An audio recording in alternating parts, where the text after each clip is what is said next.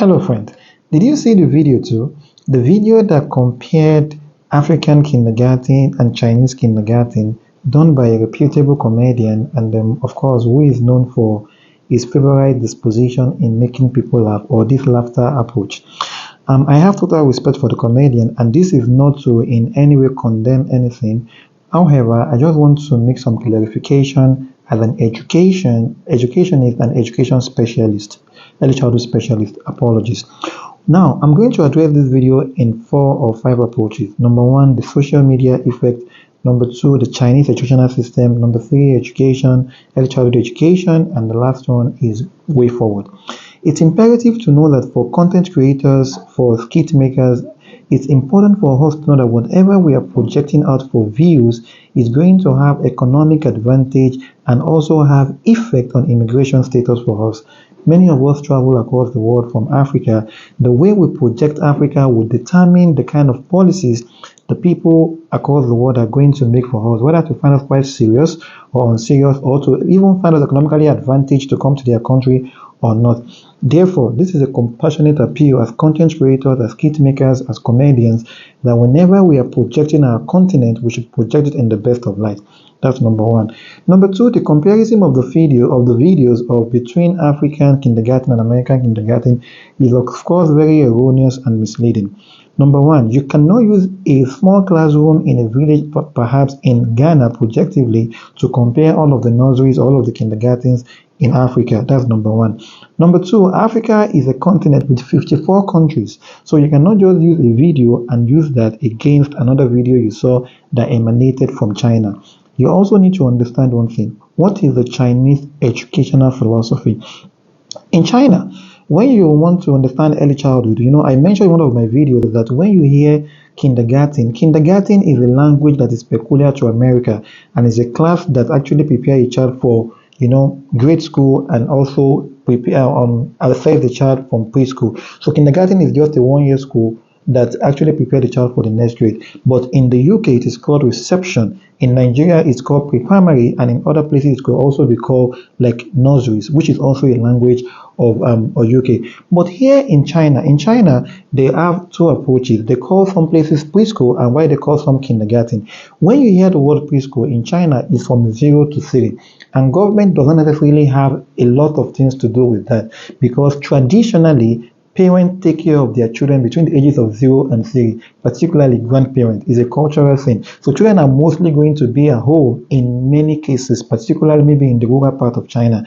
But in the urban centers, there are also amazing places where you can enroll your child. It is called nursery or preschool. There is a portion of the literature, like reading, that says that there are more of nurses in their preschool or in their nurseries because of the fact that they don't expect them to do anything very significant.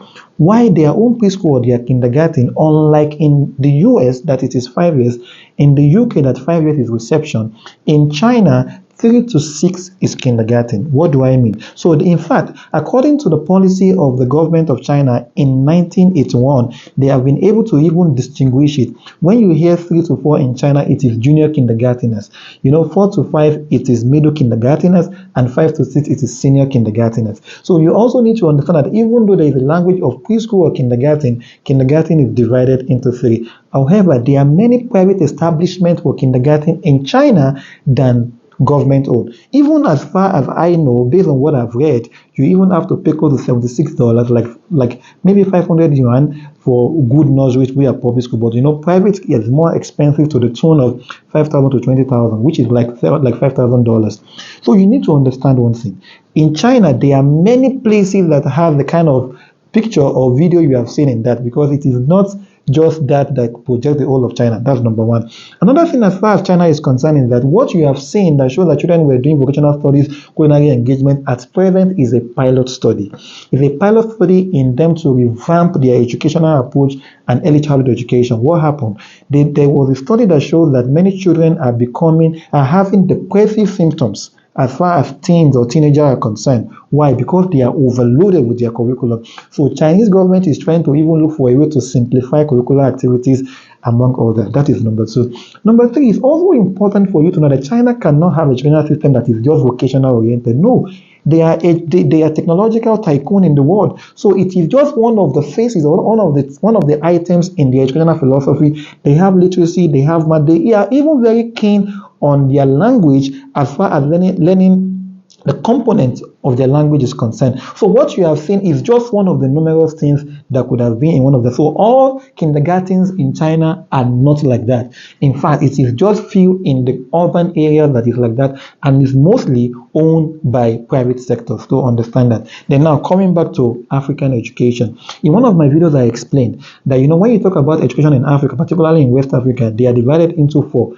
In schools, we have the high class school, we have the average class school, we have the low class school, and we have the public school. I can tell you as a Nigerian for fact, there are amazing schools in Lagos, in Abuja, in Port Harcourt, in many parts of Nigeria, in many parts of Africa that would even withstand whatever you have seen in America or in England or in China. Yes, there are top schools like that. I know of Bilingual International Academy in Abuja and many of them like that. So you should not also use that village video of teacher just doing what she could do based on the research she has to generalize what you have seen. That is quite important. As a matter of fact, there are many of our schools in Nigeria that can do that.